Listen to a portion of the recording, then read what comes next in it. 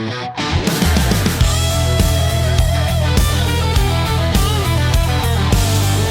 and Alex bring the fire, no doubt. Fun facts roaring, making headlines shout. Sports pro wrestling with a punch and a spin. Warrior fuel coursing through their skin. Through the chaos, warriors never slow. Pushing boundaries, ready to explode. Cutting through the noise, sharp as a knife. Slash tracks news, it's more than just life. Slash tracks coming at you full speed, no brakes. Horror in action, they're raising the stakes. Jumping Jeff says, yup, you don't wanna miss. Tony laughs hard, this is pure bliss. Slash tracks ready, set, let's go. Good afternoon and welcome to Slash Trax Action News. My name is Alex Vanover. And I'm Josh LaRue. Josh, we don't have a moment to spare today. We had so much fun in the green room today just talking about a plethora of crazy stories, which we did record. We might release some of it as bonus features. We don't know. Some of it might be a little too hot for the internet. Right. But Josh, let's spare no expense. Let's hold back no further. Let's get right back into nice comment, mean comment, nice comment. All right, let's do it. All right, nice comment. This is in regards to Slash Track Saturday mornings. Teenage Mutant Ninja Turtles Enter the Shredder. So that was our most recent venue or excursion to the Slash Trax Playhouse. And this guy says, Captain Power, oh my God, I'd forgotten. Ice Cream Jones, overload on nostalgia. And that was from our friend, Simeon_CEO. We are trying to OD everybody on nostalgia and member berries. So you're catching on. One of one right there. You nailed him. Got him. He knows too much, Alex. Send out one of our interns, Richie Rouge. Are you capable of taking this guy out? Is there a way you can prove to us you can handle this task? I mean, I can't come out here and I can't squash an apple with my bare hands. Okay, well, you can't squish an apple, but you know what? Jeff, can you take him out? Can you just take him out for us? Yep. Okay, cool. All right. You know, you know you have too much information, so watch out for Jumping Jeff. He's coming. All right. Mean comment. Oh no, we got one. And now I had to clean this one up, not in language, but in spelling and grammar to be able to read it back to us. So I know what you're talking about. This is from Slash Track Saturday mornings. Teenage Mutant Ninja Turtles Enter the Shredder. That sounded bad. You said Teenage Mutant Ninja Turtles Enter the Shredder. It sounds like a corn parody. Oh boy. From our friend. One Night in Shredder. Sorry. Friend of the channel, Leah Morris. Two really old dudes dancing. Please stop. Right there. Stop. That's it? Yeah, and it was like some of the worst grammar and spelling I'd ever seen, but I want to thank Leah Morris for a mean comment. We haven't had one in a while, so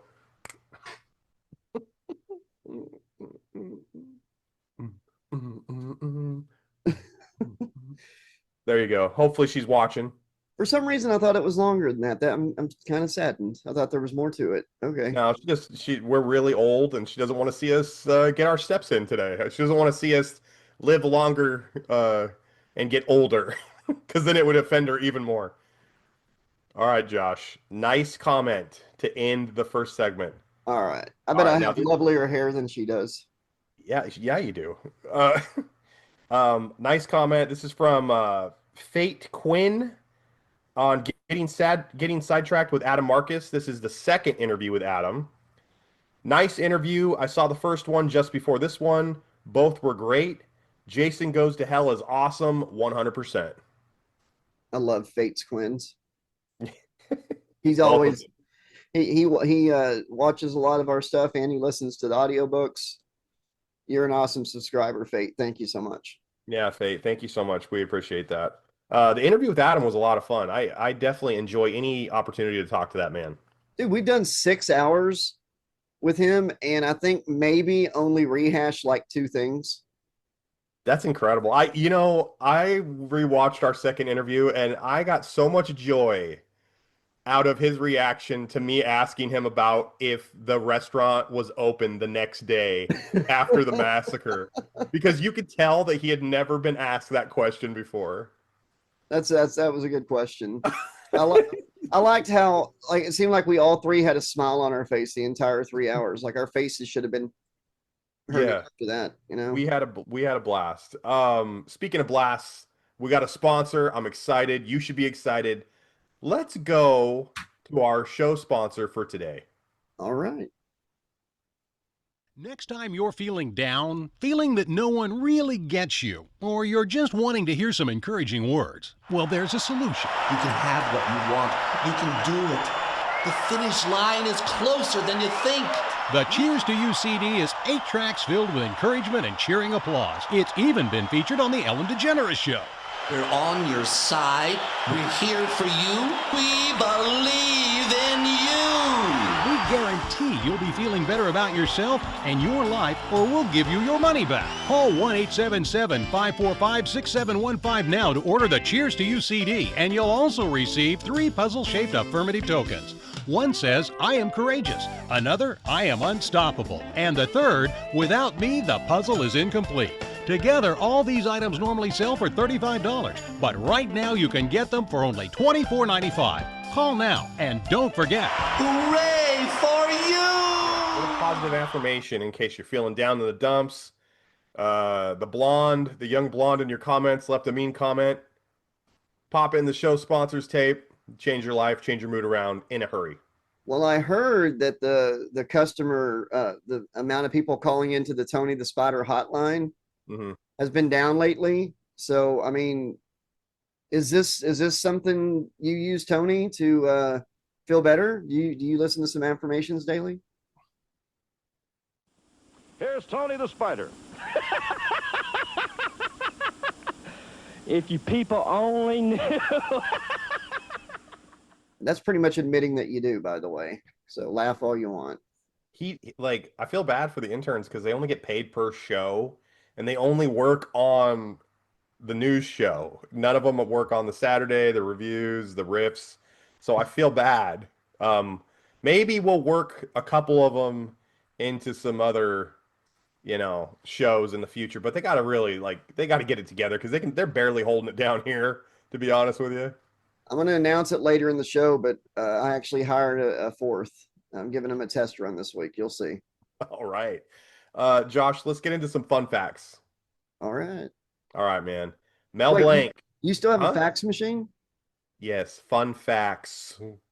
Oh, cool. Mel Blanc, the voice behind Bugs Bunny, Daffy Duck, Porky Pig, Tweety Bird, Sylvester the Cat, many other characters from Looney Tunes. He also was the voice of Barney Rubble on the Flintstones.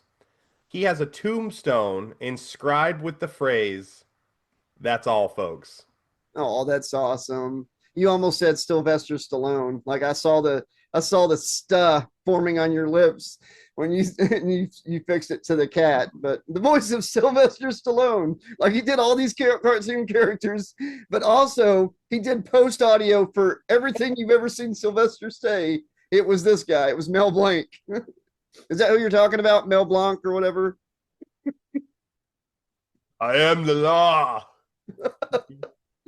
That's all, folks. Yeah, I just think that's neat that his tombstone. What's up, Doc? I can't do Sylvester Stallone. What's up, Doc? There you go.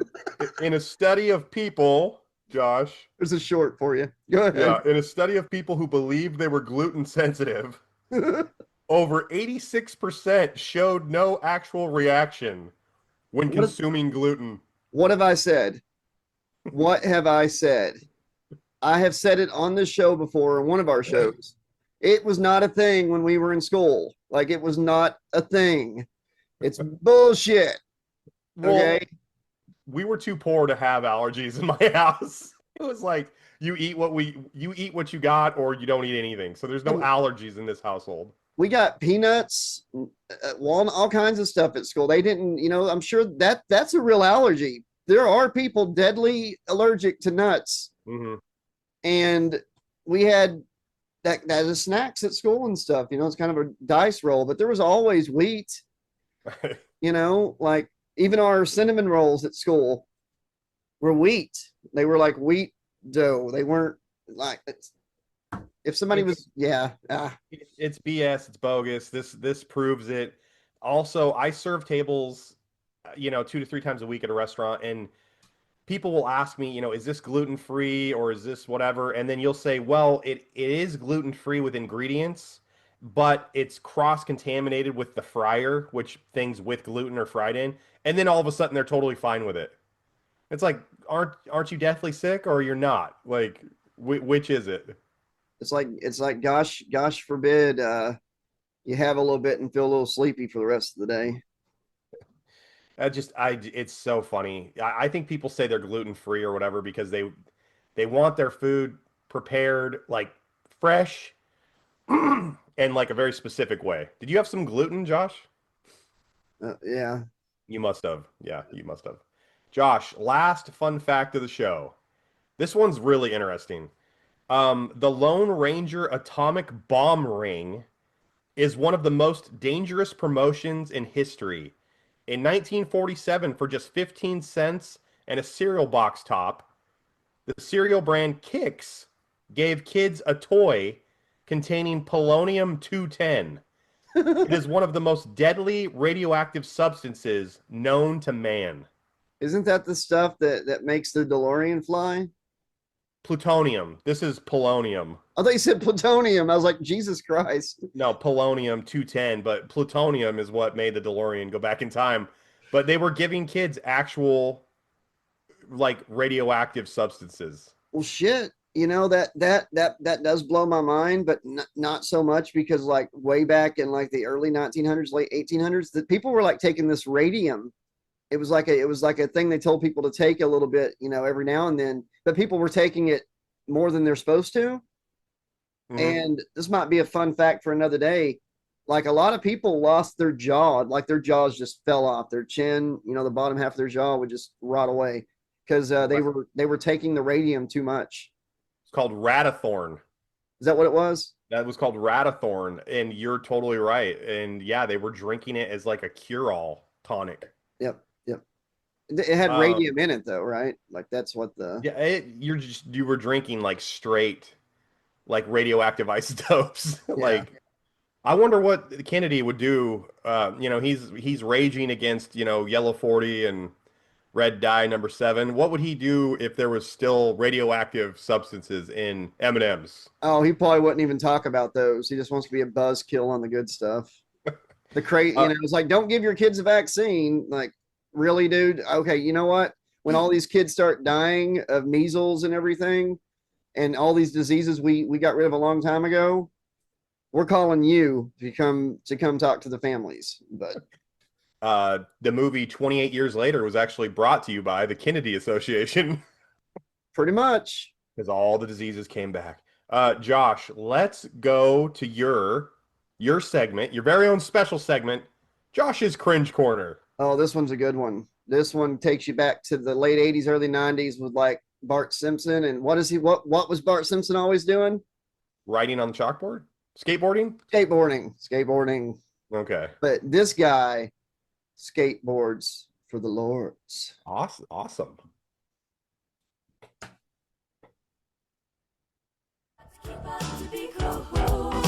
the way that I am, and that's why I say it's cool to be me, 'cause God made me that way.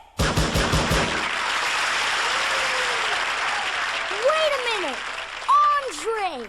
I know you! You're Andre Walton! World Skateboard Champion! I've seen you in all the skateboard magazines. How's it going, Andre? Hey, Justin, long time no see. You know him? Sure, we go way back. Justin, you're my best friend. You gotta tell me these things. You know, you might not believe this, BJ, but I have a skateboard just like this one that I use all the time. Really? You have the same board? Wow, that changes everything. I don't need to buy a new board. This board's just fine. Now you got it. I'll tell all the kids at school that I have the same board as Andre Walton. Then they'll have to think I'm cool. Wait a sec, BJ. You don't have to buy a new skateboard to fit into the crowd. You're still trying to impress others by who you know. You're still skating for others, and you're not doing it for the Lord. Yeah, but Remember what the scripture says. whatever you do, do it with all your heart, unto the Lord and not unto men. So if you do it with all your heart, that's like giving it all you got. right, and when you give all you've got to the Lord, He gives you back even more. Yeah, that makes sense. You know, BJ, there's a lot of guys that can skateboard real good, but they're not doing it for the Lord. It doesn't matter how good you are, it's what your attitude is. That's what God really cares about. You skateboard for Him and not to show off in front of your friends. So I skateboard for the Lord? You do everything for the Lord. You mow the lawn for the Lord, wash dishes for the Lord, Sing for the Lord. And write songs for the Lord. and when you use the talents that God's given you, He's proud of you, and that will make you feel better than a $200,000 skateboard. Wow, now I can't wait to go skating. Want to show me some tricks? Sure, I'll show you all kinds of tricks. Go ahead and just jump on your board there. Okay, and go ahead and swing your arms and do a 360. Go ahead. Yeah, all right, all right. Skateboarding for the Lord, my friend. Half piping for God. We're making Slash Trax news for the Lord. There you go. We need like lights and music and everything, you know. We are here today to talk about the Lord. God has led us to give you the good news. Like Sylvester Stallone voicing Bugs Bunny. Hey, Can I get an amen? rabbit season. Rabbit season. Hey, yo. Amen. Hey, I get an amen from Sylvester Stallone for the Lord. Amen. Hey. Hey, Josh. Rabbit season. Hey, Josh. Let's do. Southern Preacher, pretty good. Was that That was great. That was good. Josh, let's okay, we have new merch available on the channel. It's linked to every video, so check out the new Slash Trax merch we've got. You can become a channel member for as low as $2.99 a month. We just ran a promotion where we're giving away a copy of the 1995 Mighty Morphin Power Rangers movie. We're going to be doing that drawing later this week. So only 2 people were entered into that drawing, so they both have 50-50 odds. May the power protect both of them and their odds. And then also, if you guys want to write in and suggest who would win, would you rather, maybe a future story you think is funny you want us to cover, you can write us at slashtrax2020@gmail.com. And while we're doing this, if anybody does happen to skateboard for the Lord, I apologize. I did not mean to make fun of you or anything like that. You and the Lord can skateboard all you want. So. Tony Hawk hit what was that, a 900? Right? He was the first person ever hit a 900. Angels in the outfield. It was Angels in the half pipe. There you go. There's an angel behind Tony Hawk, like turning him, helping him land it. God's Not Dead Part 6. You know, half piping for the Lord. Oh man. I do want to bring in our new intern real quick. Just get it out of the way. A new one. Hold on. New one. Yeah, I mentioned it earlier. I thought you were joking. No. It's Bulldozer, and he doesn't come alone. He comes with Gypsy. He's got is his girlfriend or daughter or something. It's weird. I don't know. Are we paying Gypsy? I don't think so. I think she's maybe a little bit, maybe just a little bit off the merch sales. But Bulldozer, this is your premiere here on Slash Trax Action News. We want to know what your thoughts are on the show, what you hope to accomplish working here. What is important to Bulldozer? I got something to prove to you, Turkey. I'm 300 pounds of fury, man. And I just want to tell you something, boy. If you don't believe it, these apples are real good. But you know what I do with apples, man? When I start tearing them apart, I just like to keep going, boy. Just powder you like a little piece of pulp, man. So, Richie, I want to tell you something, boy. You listen and you listen well, and you look at the apple that's in my hand, boy. Oh boy, he's already coming after Richie Rouge's job, Richie. Richie can't squish an apple, but Bulldozer just said, looky here, Richie, and he had a squished apple in his hand. So, ooh, Richie, ooh, he's coming in hot for your job. You better get after it. Good. I don't like Richie Rouge. He doesn't do anything around here besides make a mess and ruin all of our lunches and our lives. And he fakes it too. He's not really squishing all those apples. It's like he can't do it, so he puts it down and like hits it with a hammer, gets it everywhere. And yeah, so but Bulldozer in the future, don't worry so much about your competition. We're gonna need you to do stuff here at the studio. So good job on squishing an apple.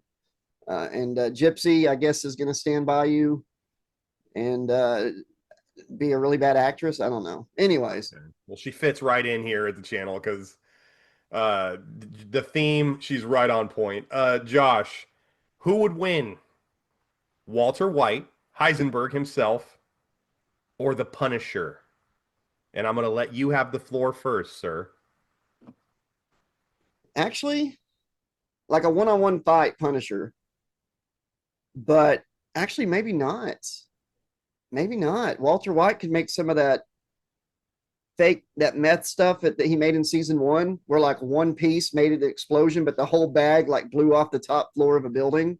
Yeah, in like Tuco's office. Yeah, so all he's got to do is show up with a bag of that and throw it at the feet of the Punisher, and John Barenthal is no more. So I think brains outdoes bronze. I think Walter. I mean, just look at all the plans he came up with that worked. You know. Like in the final episode, he took out a whole room of Nazis with the killer plan he put together beforehand with that turret and everything. Yeah. So I think brains outdoes bronze on this one. I'm going with Walter White. Walter White benefited from a whole lot of luck and a whole lot of apathetic attitudes on the part of his counterparts, his enemies. If these guys if Gustavo wanted to like finish Walter White multiple times, he could have. Punisher is not going to wait around and talk to Walter White and be convinced one way or the other to do things Walter White's way. Punisher in a landslide, machine gun bullets to the chest, to the throat, to the head. Walter White's done. Wait, so they don't know they're going to fight? It just happens suddenly? If you give Walter White time to prepare before the encounter, right? But if you give Punisher time to prepare before the encounter, he took out John Travolta. Yeah, but he might look at Walter White and be like, I don't need to prepare nothing. You know, like he's just some history teacher looking dude.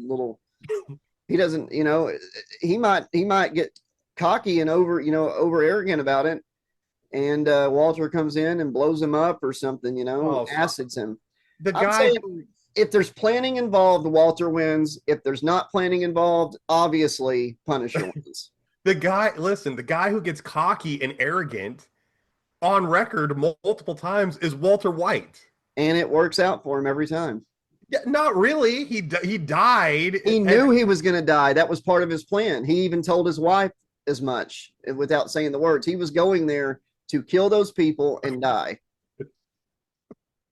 So, his plan succeeded. Slashaholics, Josh and I do not agree on this one. This is the first one we've ever not agreed on. Punisher in a landslide. I don't care how smart Walter White is. Oh, we've disagreed before. Yeah, but I'm like not budging on this one. I think the Punisher destroys him.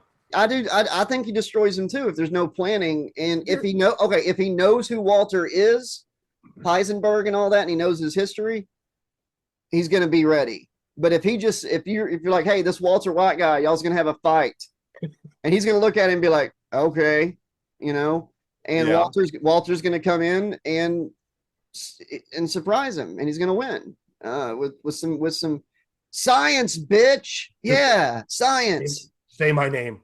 Say my name, Punisher. Slashaholics, what do you guys think? Leave us your thoughts in the comments down below. Josh and I do not agree. We need to hear who's on Team Punisher or Team Walter White. Sound off down below. Josh, we need to cleanse our palate, reset. We got to go to something. We have Trax Musical Minute. Let's go to the Lord's people are doing the tongue choir for the Lord. Are they? Okay. Yep.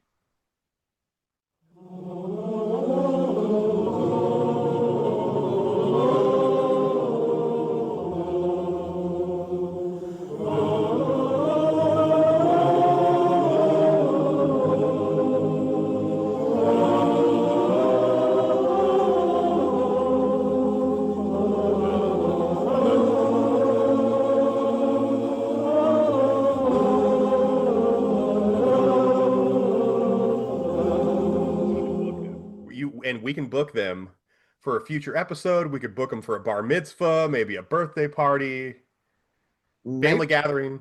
Maybe I should start up my own church and, be like, and now we're going to do the tongue workout for the Lord. No.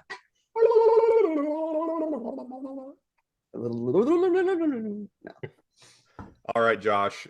Let's go from the tongue choir to your favorite segment, Trax Sports. You can handle sports once a month, Josh. Stop being a diva. It's right? all good. All right.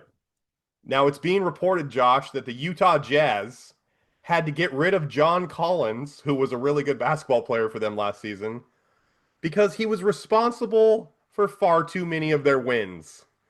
They limited him to just 40 games last year, but in the games he played, they tended to win.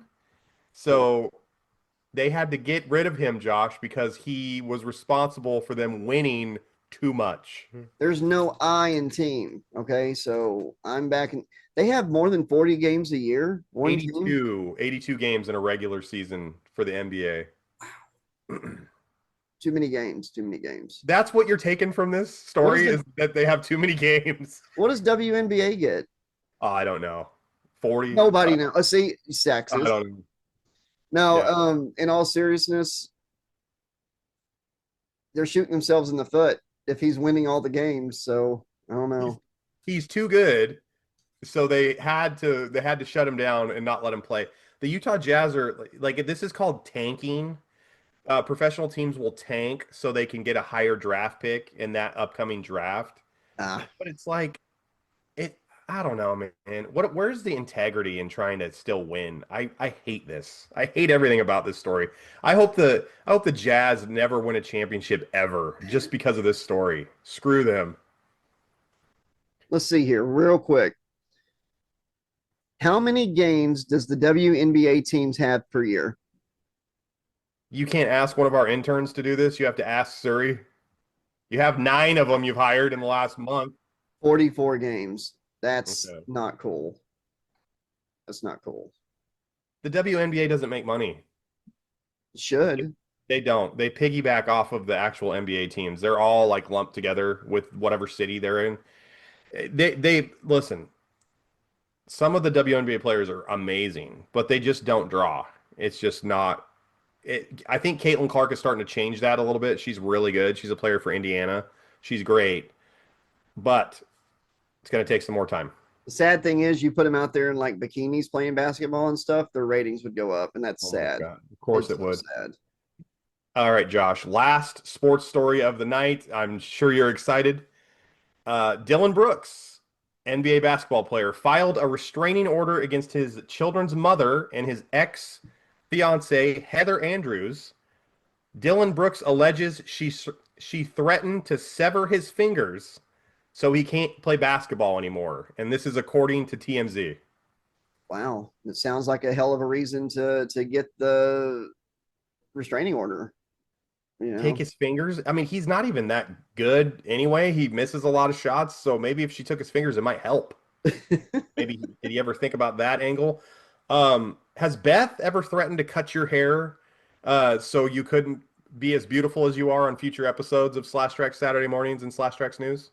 No. I mean, I've woke up seeing her holding a butcher's knife, and with a glassy look in her eyes. But Really? no. But no, when I cut my hair for my father's funeral, she was mad at me for cutting my hair. So, Well, what's she gonna run her fingers through, buddy? Look at that. Look at that, ladies and gentlemen. Look at that. Look at that. Hair parted down the middle. Ted Bundy, you would have been one of his victims, I think. Dark hair parted down the middle. Oh, Ted now would it's have been not. after you, Josh. You better not take any rides from strangers in tan-colored Volkswagen Bugs. His teeth Uh, are a little weird now that you mention it. Josh, let's go from sports. Let's go to focus on fitness, and let's check out this new blesser size video. All right, let's do it. Where's it going to be? Up there. Up there. It's gonna be fun to bless your signs with Jesus and to feel his presence in my heart. He will give me strength and inspiration and give me. You know, it's God who created these bodies of ours, and it's God who blesses them. And with his help, we can keep these bodies working in optimum condition. Are you ready to start your Fun to Be Fit Blesser-Size program? Huh? Come on, everybody. Let's warm up with a Bible verse. 2 Samuel 22:40. And it goes like this. Thou hast girded me with strength. Can you say that with me, Blesser-Sizers? Thou hast girded me with strength. Arms to the side, hands up, fingers pointed toward heaven, and a 1, 2, 3, 4. Let's get jubilant. Put on your shoes and let's get ready to do our David dance. David danced before the Lord. He danced with all his might. This is our David dance. So come on, let's engage in some cardiovascular fitness unto the Lord. Let's start with some little bounces. Ready? And a 1. That's it. I will trust the Lord. He has girded me with strength. Left.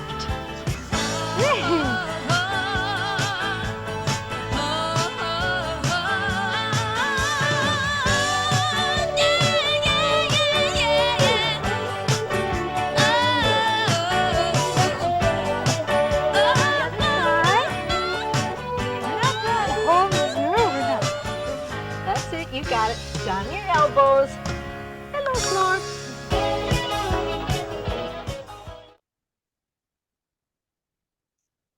Everything's for the Lord tonight. That's well, the tongue thing wasn't. We both kind of just made it that for some reason. Why is this lady like, it's almost like she's talking dirty for the Lord.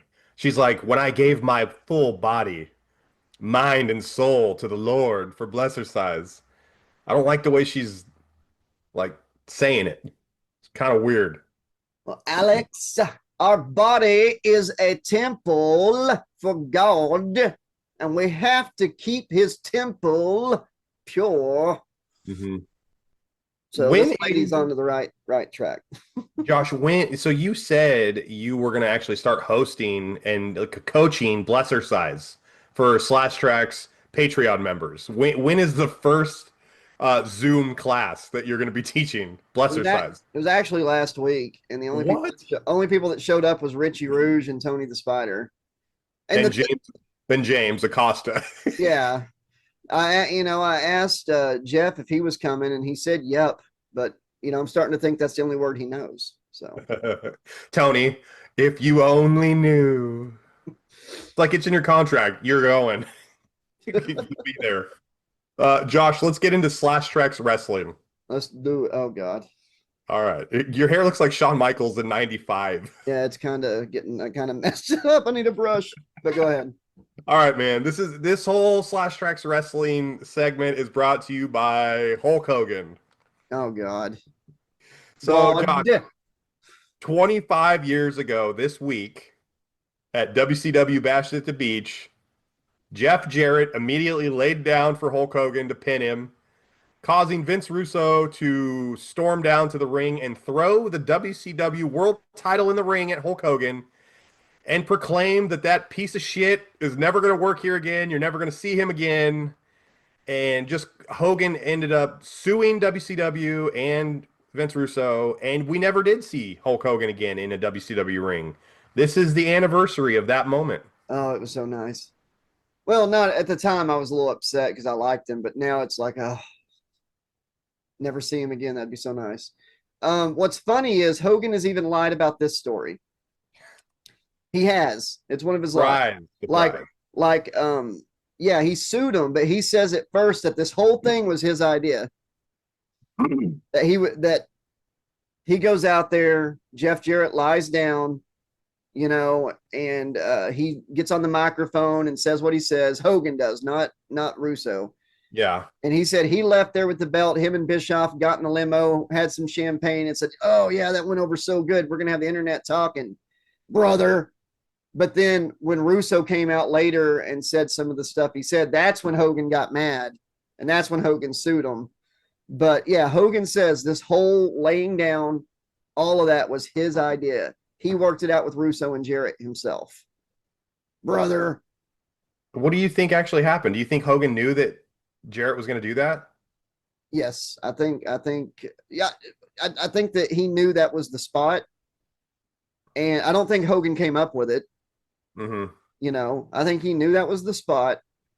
And when Russo did his part, which I think he knew Russo was going to do what Russo did, Russo said a couple things that they hadn't agreed to him saying, and it just hurt Hogan's ego and got him all butt hurt.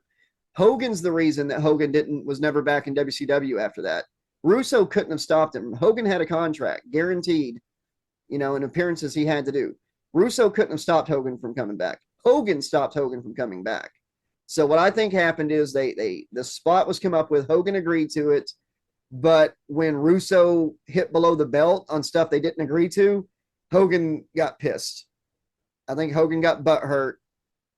Couldn't handle a little truth, maybe, because Russo was spitting some truth bombs that night. In retrospect, what we know now. Yeah, I still don't like Russo, but Hogan. I don't either, dude, brother. Hogan was extremely hard to work with in the back because he had political sway and he also had creative control. So I can't imagine trying to work with him because you couldn't do anything or end a match without his say so. It's amazing that Goldberg ever went over clean against him on Nitro. How did that even happen? I don't know. Were you the one that sent me the salaries of WCW wrestlers? Yeah, and Hogan was making money off of every time Hogan wore an NWO shirt, he was getting paid. Yeah, it's crazy. If you look at some of the other ones and what they were making, compared to Goldberg, it's like Ric Flair was only making like a third of what Goldberg was making. That's criminal. Bischoff and him never got along. But no, I think Hogan knew what was going to happen, and he got butthurt because his ego got hit. And he did the lawsuit thing, never went back. He lost the lawsuit, by the way. I heard he said he won. No, the judge found that it was just part of the show. Why would Hogan? Here's another question about this. They had just done the finger poke of doom with Nash, a little bit prior to that. Why would they do the same spot again when people were already upset about the finger poke of doom? Why would Hogan agree to do that? Does he just not care about the product in the ring? Russo was doing a lot of the, breaking kayfabe, making things look real human drama, stuff, making people think that a work was a shoot.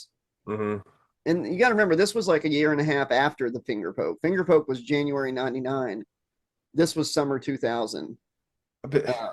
So I think, and it's different because on this one, it was about, blending the show with reality. That's what Russo was trying to do. We failed because it sucked. And then also, you know what else is crazy? This is Bash at the Beach 2000. Isn't it crazy to think that Bash at the Beach 96 was what set the NWO and wrestling world on fire just 4 short years ago before that? It's crazy. It's crazy how they went from that to this in 4 years. I mean, they totally blew it. They blew it. It happened really fast. Yeah, they blew it.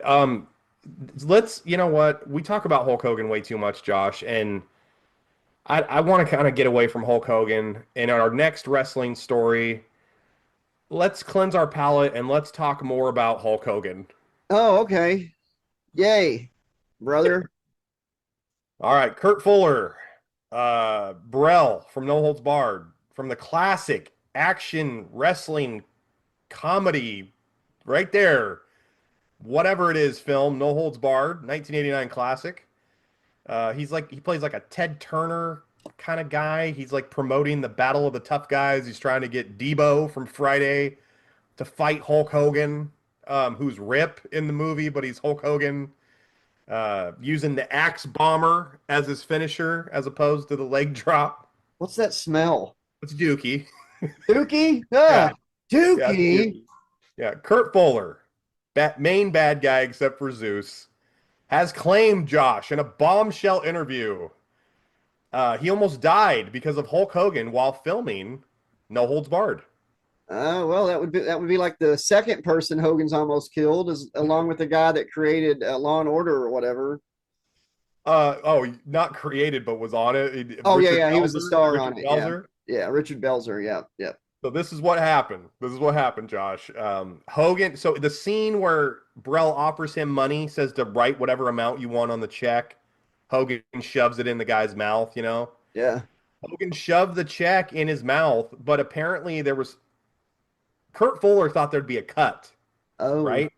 There's going to be a cut. He's going to pretend like he shoves it. There's going to be a cut. Hogan just proceeded to actually shove the check down his throat, scratch his throat with his fingernail. Oh. Make him bleed all over the place. Kurt Fuller almost actually swallowed the check as a gag reflex. And Kurt Fuller's like, what, why on earth would you do that? And Hogan was like, that's just how we do it, brother. So how would Hogan know how they do anything on a film set, first of all? This is his first movie, right? Yeah. So how would he know? Kurt Fuller's an actor. There's a lot of weird. That scene doesn't. I guess they ended up filming it again, and he didn't do it as brutally because in the movie it doesn't look like he gets his finger in that far. He's saying this. If it wasn't true, he'd be sued. Yeah, I mean it's probably like a different take, but that's just how we do it, brother. That's what he said to him. That's crazy. That's ridiculous. This guy has outlived his usefulness. He needs to go away. Not Kurt Fuller. Kurt Fuller plays an amazing bad guy. Like throughout the 80s, 90s, Ghostbusters 2, man. Wayne's World. I liked him in Wayne's World. Yeah. I like him in everything. Supernatural. He was great on the show Supernatural. Like just everything this guy does. Scary Movie? Wasn't he in Scary Movie? He's like the sheriff, right? I think so. Yes. Before we got out of wrestling, I wanted to mention something about this time period. They had the Millionaires Club versus the New Blood. Yeah. And the whole point of this storyline. Listen, bro. Listen, I can't do a New York accent, but bro, we had a great idea, bro. It was golden, bro. That's me trying to do Shit Stain, Vince Russo's voice. Jim Cornette came up with Shit Stain for him, so thank you. Anyways, bro, this story, man, bro, we're gonna have. Listen, bro, we're gonna have the Millionaires Club be the faces, and they're the good guys, but they're holding down the younger talent. And the whole point of the storyline, bro, is that we're gonna try to elevate the younger talent, but we're gonna make them the villains of the story, bro. Because you know how every wrestling story, the fans love to see the villains win in the end. Like it was the dumbest idea ever. If the storyline is that you have all this great talent that the old fuckers are holding down, old people are holding down, it should be the Millionaires Club is the heels, and the New Blood is the faces. But you can't do that because people love the older guys more, and that's why they were still in the main events and stuff. I'm sorry, but Disco Inferno and Alex Wright were not ready to be main eventers, and by today's standards, Hogan and them were younger than people like AJ Styles and stuff are today, and Chris Jericho at the time. And it was a bad storyline. It made no sense. And good writing for wrestling, in my opinion, is when you interweave both. You have the established stars give the rub to the new stars. That's how you create new superstars. They didn't do that. Yeah, like you could have had like some of the older guys be the heels that just will not let it go, and a few of the younger guys team up with them because they like worship and idolize them. And then you have these other guys, maybe like Kevin Nash and stuff, that's the good guy that's helping out, that's got like younger talent he's taken under his wing, and have two stables that way. But who am I? I didn't have a job in WCW. Vince Russo did, bro. but like it's almost as stupid as when they brought Scott Steiner into WWE and tried to make him the top face.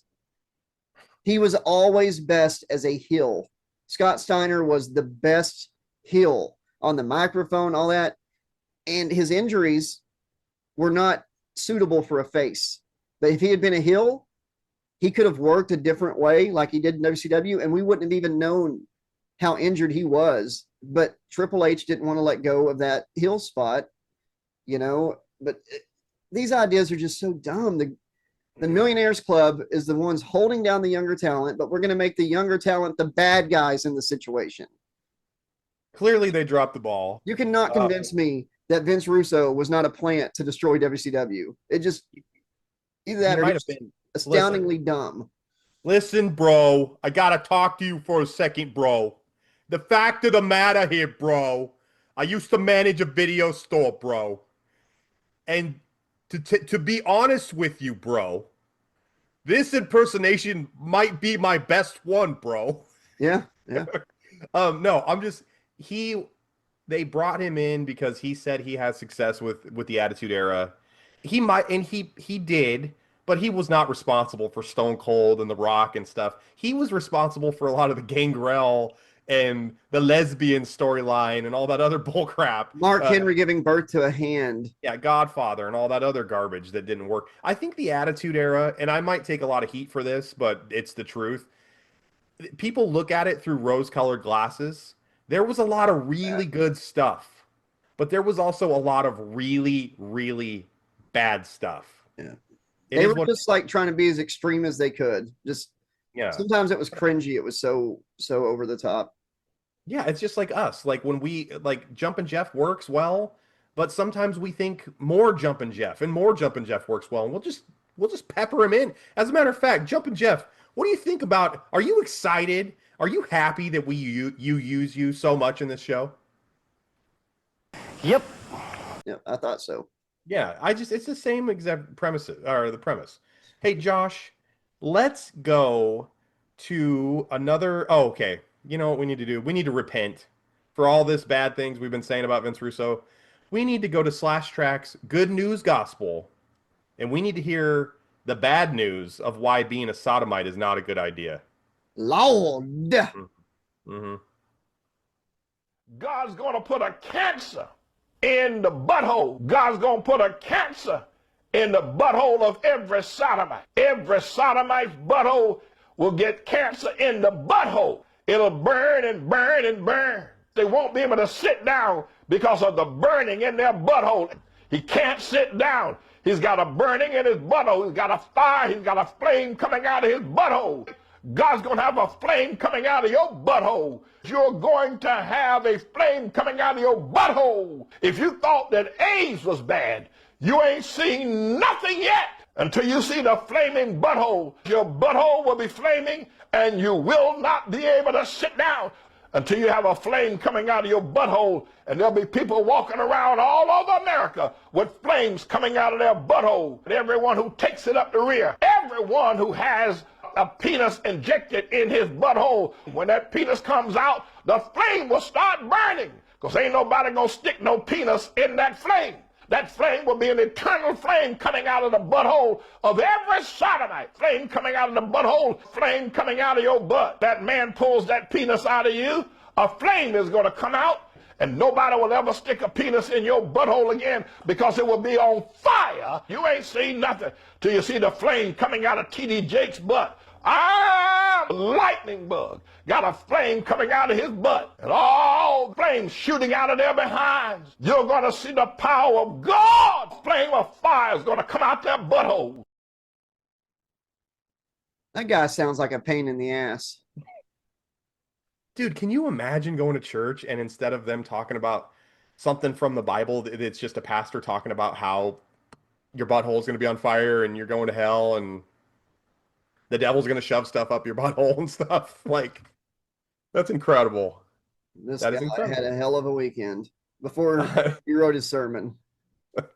All right, let's get into our favorite section, segment, except for wrestling. Let's get into spooky news. Spooky news. All right. First look at Linda Cardellini as Mrs. Voorhees has been leaked on the set of the Crystal Lake series. My opinion, she looks like Alice from the Brady Bunch. Josh, what is your opinion? I was not excited about this show. I thought it was dumb because what I thought at the time is that Victor was making the show and all he has the rights to is the first movie in the name Friday the 13th or whatever. But when I found out this was actually part of Cunningham's properties and the Jason universe, I was like, so they can do, they're going to actually build it up each season. Season 1 is going to end pretty much at the end of the first Friday the 13th. And season 2 is going to be like a Jason, like they're going to do it that way. So I'm kind of excited about that. For real? Like it's going to follow each movie? That's what they're saying, that it's going to either follow season or it's going to jump between time periods. I'm here for, dude, I'm here for that. I would love to see behind the scene. Are they going to try to copy the design of Jason from each film? That would be cool, like the sack head and stuff, or just reinvent him. They're going to have to use a different, they're going to have to use that ugly hockey mask, with the 13 holes in it instead of 30. But, I think she looks like a mom from the 50s or 80s or whatever time period they're putting in. Sure. Yeah. It's Pamela Voorhees, man. Friday the 13th one, the best thing about it is Tom Savini's kills, like his special effects. But once you've seen the first movie, and I'm sorry to all the pretentious people that like to go into like chats and stuff and say, well, my favorite Friday the 13th movie is the first one. It's just the highest quality and the scariest out of all of them. No, it's not. No, it's not. It's the worst. Once you know it's Pamela, once you've seen it once, the whole thing of the movie is just, it's gone. It's gone. Well, it also collapses on itself because once you find out it is Pamela, because it's like, we never saw her basically throughout the entire film. Yeah. Like they didn't, at least in Friday the 13th part 5, they introduce us to Roy early in the film. Yeah. At least you see him on camera. I just realized, I just rewatched that recently and realized Tommy only says like 6 words that whole movie. His whole character is like, he's wound up so tight from the previous film's experiences. Look how much he changes, man. He was like 12 or 13 in part 4 as Corey Feldman. Then 4 years later, he's 17. Completely different, looks completely different color hair, body build, everything. Go forward 4 more years, he's 21. And look, he's Tom Matthews. Like that would stress me out if I'm changing that much between like 4-year periods. I agree. Doesn't need glasses anymore. Obviously been training with weights, martial arts. And people have got to stop. Look, a lot of people jump on bandwagons like Jason X is horrible, it's the worst because it's in space. Ha ha ha ha. Part 3 is the best movie in the whole franchise. It's just the best made movie and the soundtrack is cool. No, you're saying that because he gets the mask in that movie. That's why most people put that on behind their list. But part 3 is, I love every Jason movie, but part 3 is like right there with Jason Takes Manhattan. It is hard to rewatch sometimes. The only time that the effects are bad too. Ugh. Hey, the only time part 3 should ever be rewatched, in our opinion, I'll speak for you too, is on the channel, the main channel, where we riff part 3. Yeah. Or if you're just doing like a Friday the 13th marathon or something, it's like, it does not belong in the top 5 Friday the 13th movies. Then again, some people are entertained by boring stuff, but I think a lot of it is like pretentiousness and wanting to like fit in with the crowd. And so many people have like said it now, trying to fit in with the crowd, that people think that that's what they're supposed to say. And then I go into a chat, it's like Slasher Librarian enters the chat. What's your favorite movies? Well, my top 5 are Jason X, Jason Goes to Hell, Friday the 13th 5, New Beginning, Jason Lives, and I think after that was part 4. And people were like, where's part 1, 2, and 3 at? Towards nowhere. They're at the end. Yeah. So you like Jason 7 And Freddy versus Jason and the remake better than those? Yep. Yeah, I by do. a country mile. Josh, can I say one more thing before we exit Crystal Lake real Oh, quick? yep. Sorry. Linda Cardellini, after seeing her as Mrs. Voorhees, because she's played a hero. She's played Velma Dinkley for years now in the Scooby-Doo franchise. Oh yeah. I guess I was surprised, but I shouldn't have been because she played a home wrecking villain at the cabin on the snowboarding trip, the skiing trip on Boy Meets World. She's the girl who kissed Corey and tried to break up Corey and Topanga. So she's played a villain for years. You lied to Topanga. Yeah, he did. Yes, he did. And that's why Slashaholics, Corey lied to Topanga, and that's why he didn't win his bid for what was he running for Senate or like something in California? Congress. Yeah. Congress. That's why. What Can't got trust him was his, in the end, it was a mixture between his views on the stuff going on in the Middle East, but also he lied to Topanga. Exactly. There you go. And Fine. it is so sad to hear that he just cut all the people out of his life for politics. I have heard that he doesn't have anything to do with any of his co-stars, but you know what? Like, this is a hot take. I'm not a big fan of either Savage brother in real life. They're both kind of. I really liked Wonder Years. I really liked Boy Meets World, but they're starting to kind of prove to be kind of weird. They're kind of weirdos, I think, behind closed doors. I liked Fred in Friends from College. I don't know if you've seen that yet. That's hilarious. It's on Netflix. No, I like Fred as an actor. Yeah, just in real life. He seems like he might not be a good person in real life. And I mean, they did Girl Meets World and they were all great. Everybody got along. They were excited to be working together. And then just out of the blue, just cuts everybody off out of his life. I can understand growing apart from Danielle. Growing apart from Ryder, growing apart from Will Friedle, but he also cut William Daniels out of his life, apparently, and that is wrong. Why? It's wrong. What did Bill Daniels do at the age of like 97 or whatever to offend Ben Savage? I don't think any of them did anything to offend him. I think he just he cut ties because he was getting into politics and he didn't want anything they say to reflect on his appearance, Okay. So he just cut everybody out. And I am so thankful that I got a cameo for my birthday from Mr. Feeney. I'm going to cherish that, man. That is awesome. I feel the exact same way, like on the same level of cherishing a cameo I've also received from the Bushwhacker Luke. And two from what's her name? Vanessa Angel. Yeah. Dude, if you would have told me when I was watching Weird Science on USA that Vanessa Angel would be giving me 2 cameos, I would have been blown. I would have called you a liar. First of all, I would have been like, what the hell's a cameo? And then second of all, I would have been like, really? Are you kidding me? For the girl from Kingpin? Wow. Do you know where the term Easter egg came from? No. Not Easter egg as in Easter, but Easter eggs within movies. Sorry. No.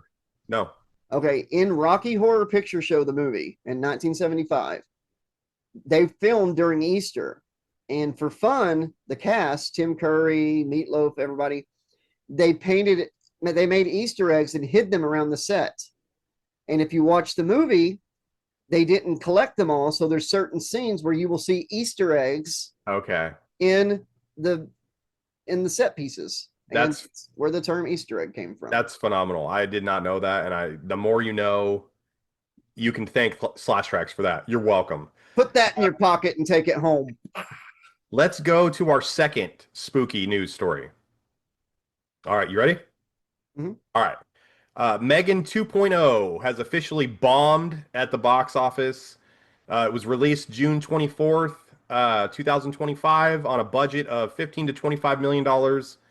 To this date, it has only grossed $32.9 million. That's compared to the first film being made for $12 million and grossing a worldwide total of $182 million Josh, I think this film failed because they tried to turn Megan into a hero. They completely flipped the script. They went Terminator on this one. That's what I'm about to say. The creator wanted to like make a series of Megan movies where each movie is a different genre Yeah. thrown in. You don't do that. That's like doing Friday the 13th Part 3 and giving it like really crappy 3D effects. And oh wait, no, I'm sorry. That It's happened. it's like taking Chucky and doing the same That's thing. There you go. Making him a superhero or whatever. There you go. And of course it's going to fail. People want to see the horror aspect again. Mhm. What it is Blumhouse just thinks they're untouchable, but they're learning in the past year that they are capable of pretty big bombs. The sad thing is, if the movie makes like another 5 million, 10 million, which it could, It'll break even. yeah, if it makes 2.5 times its budget, then Production budget. It's not a loss. So I don't know, man. $25 million production budget. They made almost 33. I think they're gonna have to make their money back on streaming and physical media. if I were them, I would make another Megan movie later, but I would make it horror again, go back to that, Mm-hmm. and just kind of retcon the hell out of the second one. Because if not, they've killed the franchise before it even had a chance to start. Exactly. They didn't. What they should have done, obviously, what Josh is saying is they should have just piggybacked off of what they did before. Like Megan is uber pissed now, and she's upgraded, and she wants to kill that family still. That's the movie. And they got another one that's like in that universe called Soulmate coming out. And here's what pisses me off about this. Oh, this pisses me off. By the way, just a quick tidbit: Jurassic World Rebirth, everybody, I give it like a 7.5. It left me wanting more, and not in a good way. But go see it yourself. Make your own decision, because I'm not a critic and I'm just some dude. But yeah, anyways, Soulmate. Have you heard of this movie that they're making? No. It's like Megan, but with like a sex bot, and Blumhouse is making it. It's in the same universe as her. But here's the thing. That's awesome. The title is spelled SOULM, the number 8 TE. The whole purpose of putting 8 after the M is that finishes the word mate, because ma 8, but they put a T and an E after the 8, so it's soulmate ta, soulmate ta, soulmate, like soulmate. It's like, you want an edgy looking title, it should have just been Soul M8. Well, if we do that, there might be some people that are like, do I have to see Soma part 1 through 7 first, before? Because people are like going to take it super literally. Yeah, but no, Soulmate. They use the 8 and still put the TE at the end, and that is irking the living hell out of me. Sorry. Tell me how you really feel about it, Josh. Is that not kind of irritating? I don't understand. Listen, they try to be too clever. Sometimes they outthink themselves. It's ridiculous. Soulmate tata. Let's go to our last spooky story, and this is a sad story, and we're gonna try to help this guy. Mark Patton, who played Jesse Walsh on Freddy's Revenge, just came out with the huge documentary Scream Queen. I believe it's available on one of the apps you can watch for free. It's a really good watch. Mark Patton is really sick right now, and he needs our help. His family member has set up a GoFundMe for Mark, and they're trying to set it up for him because he's not able to leave his house right now. He's not really mobile. A couple years now. Yeah, he's not able to go to conventions. He can't leave his house. He doesn't really have any income coming in. He's too sick to even do Zoom or Skype stuff. So yeah, he was actually scheduled to do an episode of Getting Sidetracked with us almost 2 years ago. Yeah, and he got long COVID, and it's been bad. It's gotten worse. And you got to remember, he's 67 years old. Yeah, he's my dad's age. He's got long COVID. He has HIV. And he also has a thing called Meniere's disease, which messes with his equilibrium, his balance. He's having a hard time, and Slashaholics, we're gonna put the information for his GoFundMe in the show notes or maybe somewhere. We're gonna make it easily accessible, and hopefully you guys are able to donate even $1 to help Mark out. Yeah, thank you. Yeah, we love Mark here at the channel. We hope it gets better. Josh, let's move on from that and let's go to Tony the Spider has actually been trying to make more money because we haven't been filming, as regular as we used to news episodes. Yeah. Tony is teaching acting lessons down at the local theater, and one of his movies got picked up by a streamer. And we have an exclusive clip that we're going to debut for you right now on the show. Oh, that movie that's called The Couple Sits on Their Couch and Talks About Their Jobs, part 2, right? Yeah, that's part 2. Anyway, so this is Tony. He is giving acting lessons. This is his big feature debut as an acting coach. Here we go. It's down there. I've got to get this work done.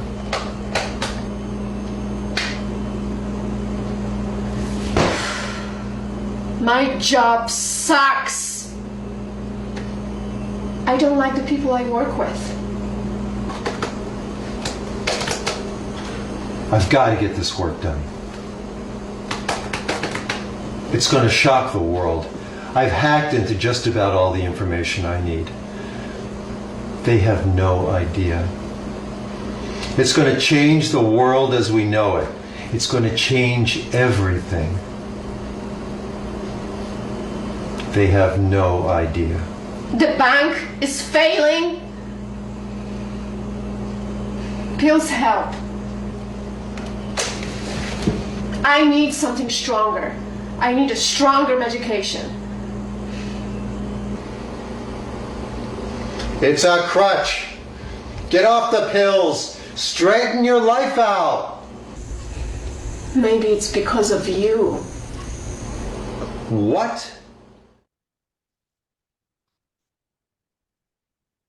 Wow. That has got, I mean, there's people that make porn movies, which, by the way, replace the first letter with a different letter, and you'll know what I'm talking about. That would be envious of that acting. They'd be like, oh my gosh, we got to get those actors in our porn movie, like, immediately. So stop. It's a crutch. It's disconjointed. They're like having two different conversations. Like, there's no way that someone wrote that dialogue that way. There's no way. I am so mad about the squishing of apples. It's angry. It makes me. I'm so mad. I am mad, Alex. I've lost control of the show, /Alex. I've lost total control. Hey, Josh has just always got to slip in his boy, Richie, somewhere. Richie's your favorite, isn't he? Yeah, but I don't know. Bulldozer might be running them out because Bulldozer can squish an apple. We saw that earlier. Well, I don't want anyone squishing apples. I like to have my snacks around the studio, for crying out loud. Well, now you got applesauce. Neat. Josh, let's go to headlines. You gotta look for them silver linings. Let's do it. Arizona may start using recycled toilet water and shower water as tap water by 2029 due to a water shortage. Now, new rules approved this year, Josh, let cities apply to use purified wastewater as drinking water. It would be cleansed using advanced purification technology until it meets drinking standards. What's your thoughts, Josh? And would you drink this toilet water? Dogs and cats everywhere are like, it's not that big of a deal. I'll do it already. What are you talking about? The best thing they could have done is just not told anybody and passed it, because if it's purified and it meets the standards, then sure, it's most of our drinking water comes from like bodies of water, where there's feces and urine and trash and junk and all kinds of stuff. Bodies, unfortunately, I just think this is disgusting, though. Like, you know what people put down their toilets and their showers and stuff? Yeah, but that stuff ends up in our water supplies anyways, lakes and rivers and everything that ends up getting purified. Did you ever see Insomniac with David Tell? Yeah, I used to watch that all the time on Comedy Central. Do you remember the one where he went to the waste treatment center? And it's like just this big old walkway. What do you call those things they used to do them above the wrestling ring matches? Like a catwalk, a Yeah, it's like scaffolding. yeah, it's like scaffolding, catwalks, like a four-way, and it's just nothing. It looks like nothing but poo, poo water beneath them. And up on the wall, like covered in dust, is a life preserver. And Dave is like, "What's that for?" And they go, "Well, that's if somebody falls in." He's like, "Yeah, you might as well just put a shotgun up there. Like, if I fall in there, just shoot me. Like, don't throw me a life preserver. Just take me out." Yeah, I don't know, man. You might be right. They shouldn't even have said anything. If it's illegal, they should have just not did it and not said anything. Because this is gross. And I also saw a thing that Still better than Dasani. I was gonna say Dasani. Dasani is just not even spring water. It's just, isn't it bottled tap water? It's pretty bad. Yeah. Dasani's like, oh, wastewater? Like you have to filter that? Oh wow, crazy. Oh, oops. Josh, let's get into the last headline and last story of the episode. We've had a lot of fun today. All right, let's do it. Let me put my hair down. Okay, put it down.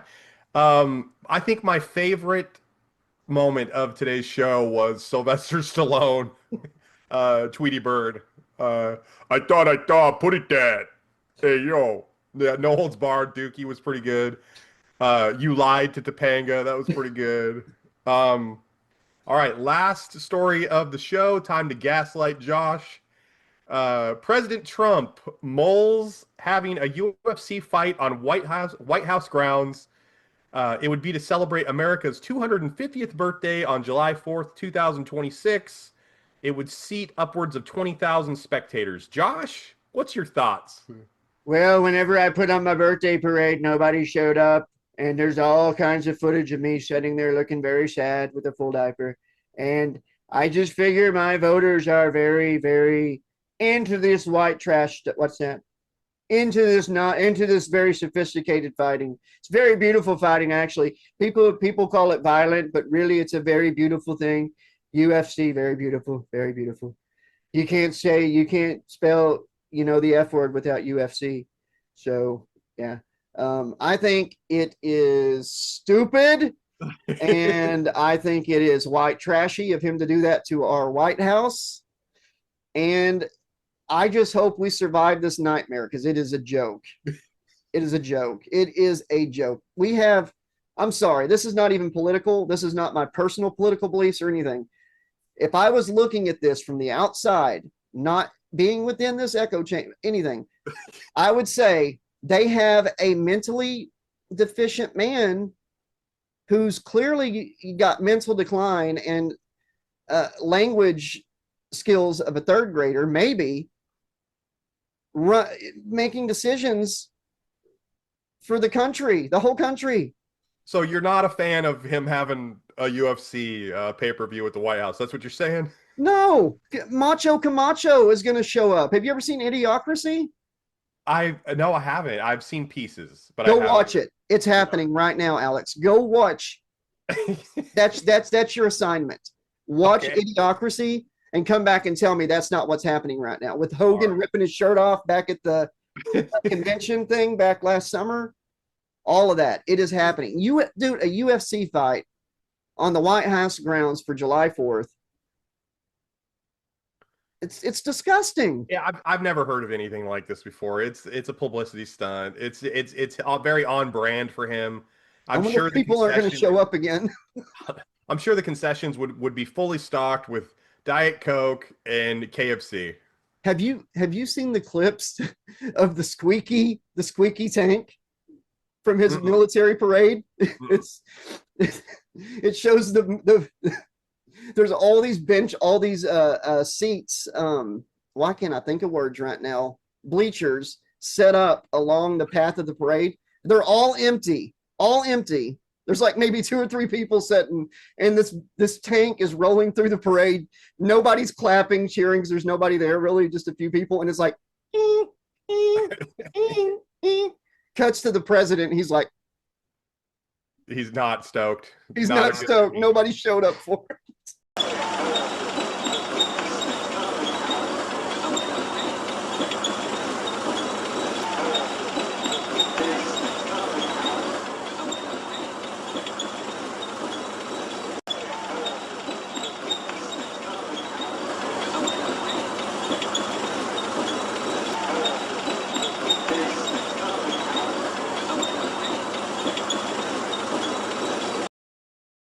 Hey, can I ask you a question before we end the show? Because the rundown's over. I just want to get your thoughts really quick.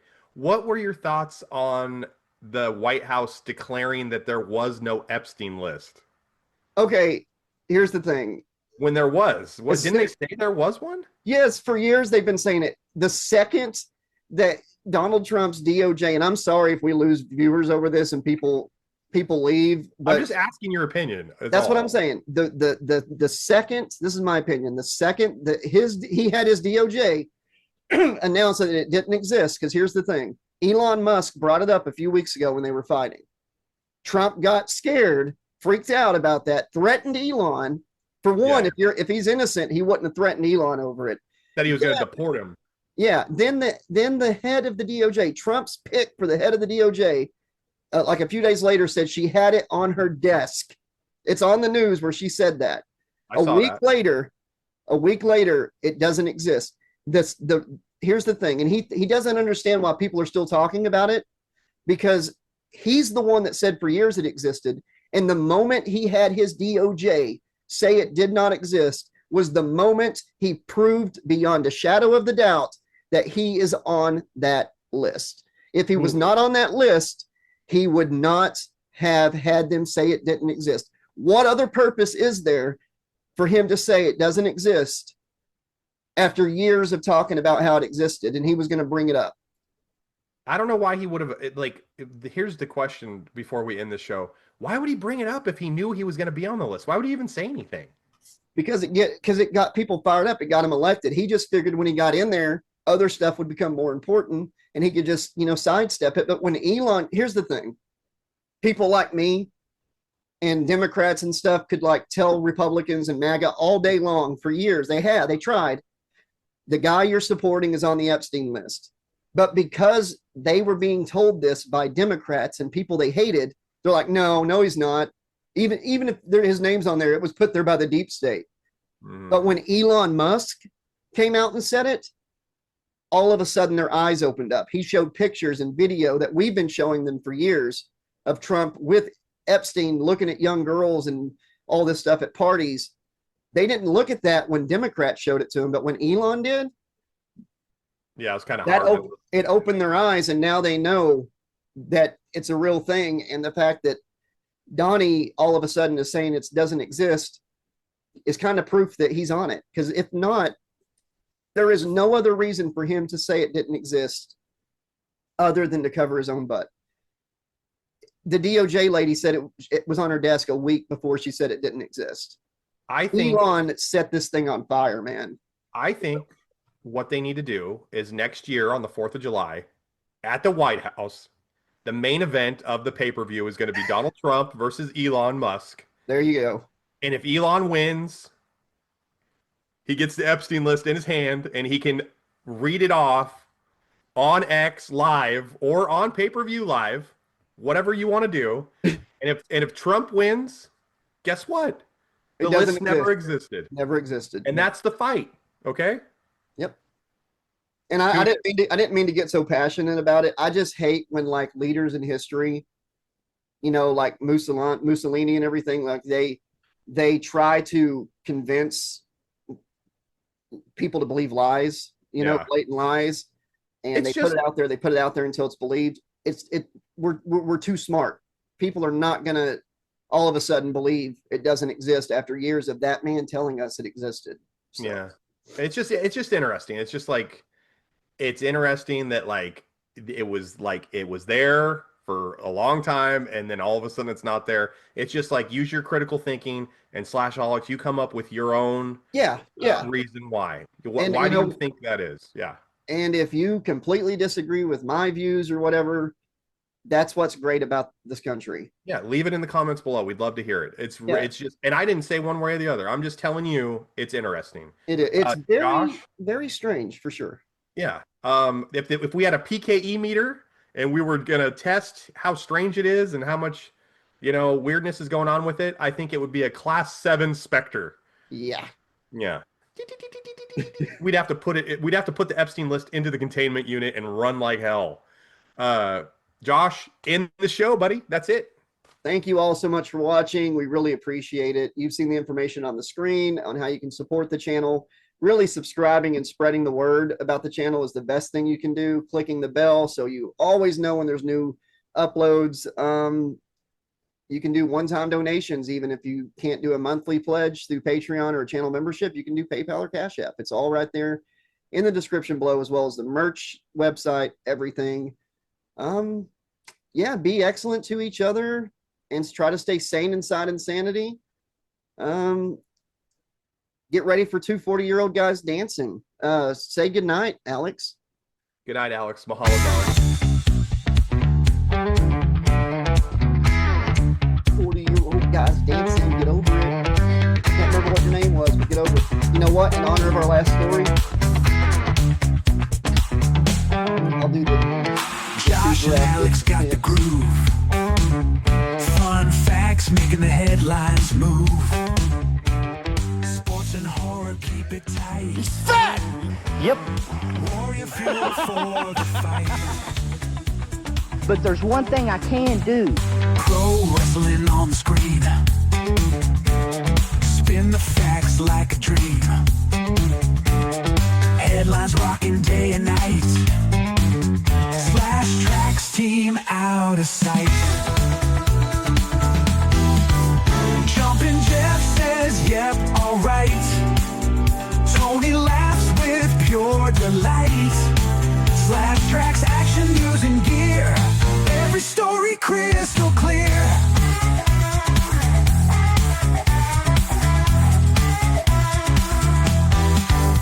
Tune in for your daily dose. Josh and Alex coming close. From pro sports to ghastly scenes, they're the newscast kings and queens. Warrior fuel keeps them bold. Stories never getting old. Firing up without a slack. Josh and Alex got your back. Jeff says, yep, alright. Tony laughs with pure delight. Trax action, news and gear. Every story crystal clear.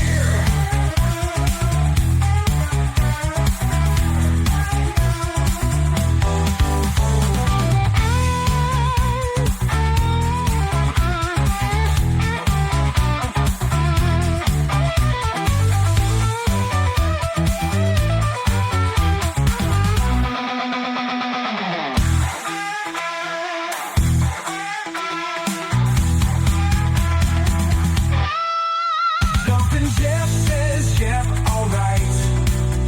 Tony laughs with pure delight. Trax action, news and gear. Every story crystal clear. Clear, clear, clear.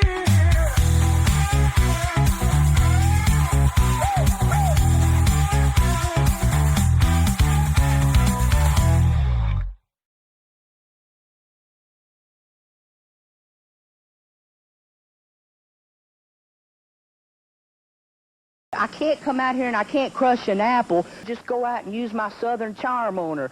Take her out and treat her like a lady.